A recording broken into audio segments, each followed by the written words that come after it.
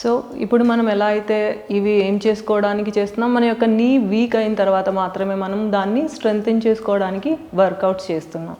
అయితే అసలు మన నీస్ వీక్ అవ్వకూడదు.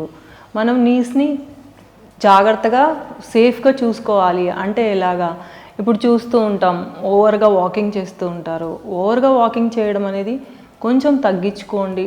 అంటే వాకింగే ధ్యేయంగా పెట్టుకున్నారు అనుకోండి, నీస్ ఎక్కువగా ఏవైతే వాడతామో వాటి వల్ల ప్రాబ్లమ్స్ వస్తాయి.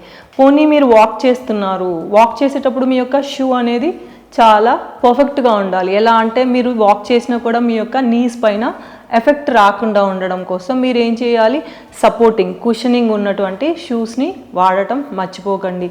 ఏదో ఒకట్లే అనుకొని చెప్పులు వేసుకొని అలా ఇలా వాక్ చేశారనుకోండి, మీ నీస్ చాలా ప్రాబ్లం అవుతుంది. మీరు అది షార్ట్ పీరియడ్లో మీరు చూసుకోలేరు. ఒక లాంగ్ టైంకి వెళ్ళాక మీ యొక్క నీ అప్సెట్ అవ్వడము,